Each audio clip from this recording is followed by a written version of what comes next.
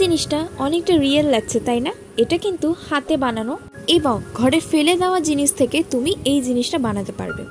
So hello, আমি অনুশ্রী চলে এসেছি আজকে আরেকটা ব্লগ নিয়ে।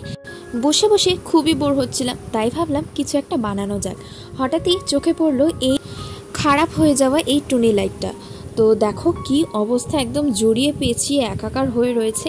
তাই ভাবলাম এটা আর না ফেলে দিয়ে যদি এরকমভাবে ইউজ করা যায়, এর যে তারগুলো রয়েছে সেই তারগুলো দিয়ে যদি কিছু একটা করা যায় তাহলে খুবই ভালো হয়।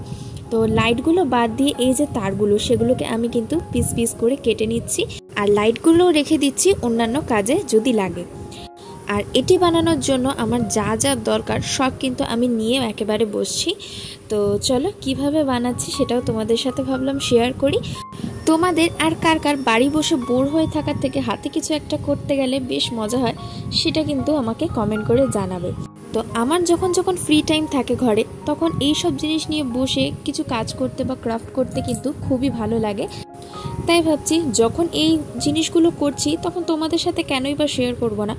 এতদিন তো আমি ট্রাভেল ব্লগ বা অন্যান্য জায়গার ব্লগ দিয়ে এসেছি, তো ভাবলাম এবার থেকে এই সব ব্লগও আমি দেব। তো দেখো আমি কিন্তু যে তারগুলো কেটেছি সেগুলো কিন্তু গ্রিন কালার ফেব্রিক দিয়ে পুরোটা কভার করে নিলাম। আর এই যে কফি কাপ, এইটাকে আমি একটু ডেকোরেশন করব এই কটা কালার দিয়ে।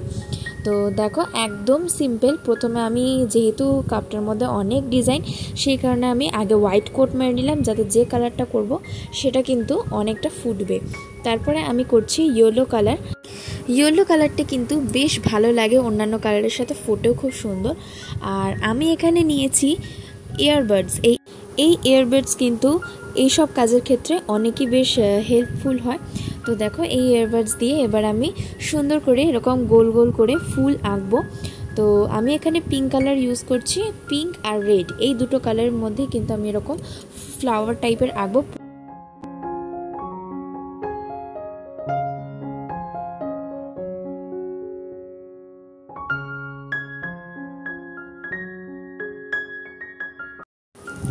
এরপরে আমি হোয়াইট দিয়ে এই ফ্লাওয়ারের মাঝখানে মাঝখানে ডট করব এবং যে জায়গাগুলো একটু বেশি ফাঁকা ফাঁকা লাগছে সেই জায়গাগুলোকে আমি একটু এইরকমই হোয়াইট কালার দিয়ে ডট ডট জাস্ট দিয়ে দেবো যাতে একটু ভরা ভরা লাগে। এবং দেখো কাপটা সিম্পলের মধ্যে কিন্তু খুব সুন্দরভাবে ফুটে উঠছে।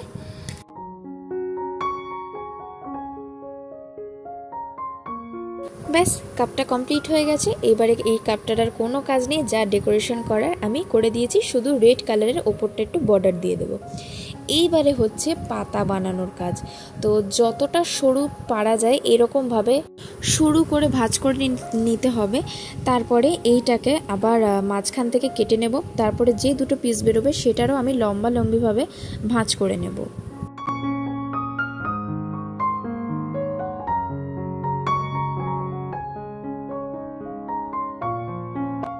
তো ঠিক এইরকমভাবেই সরু সরু করে আমাদেরকে ভাঁজ করতে হবে এবং যে পাতাটা বানাতে হবে সেই পাতাটাও কিন্তু ছোট ছোট হলে বেশি ভালো লাগবে দেখতে।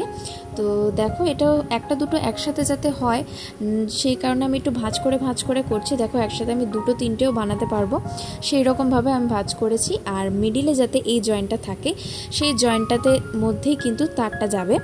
তো এই পাতা বানাতে কিন্তু অনেকটা টাইম লাগে, কারণ যেহেতু পুরো তার জুড়ে এরকম পাতাটা ভরা থাকবে, সুতরাং পাতা তো কাটতে একটু টাইম লাগবেই।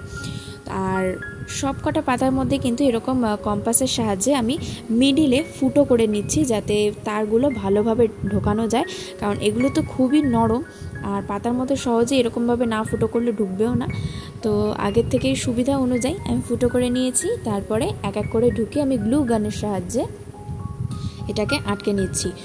ফেভিকল দিয়েও আটকানো যায়, বাট সেটা শুকানোর একটা টাইম লাগে।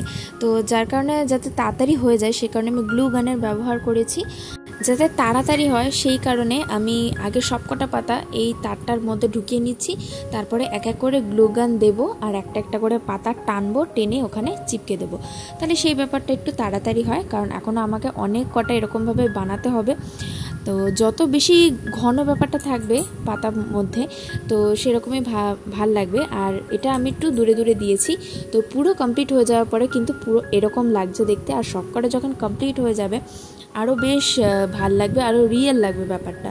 তো প্রথমে এইটাই রাখবো ভেবেছিলাম যে শুধুই পাতা থাকবে, তারপরে আবার আমার হাজব্যান্ড বুদ্ধি দিল যে এর মধ্যে যদি ফুল দেওয়া হয় তাহলে আরও বেশি সুন্দর লাগবে। তাই চট করে আমি আবারও একটা ইজি প্রসেসে ফুল বানিয়ে নিচ্ছি।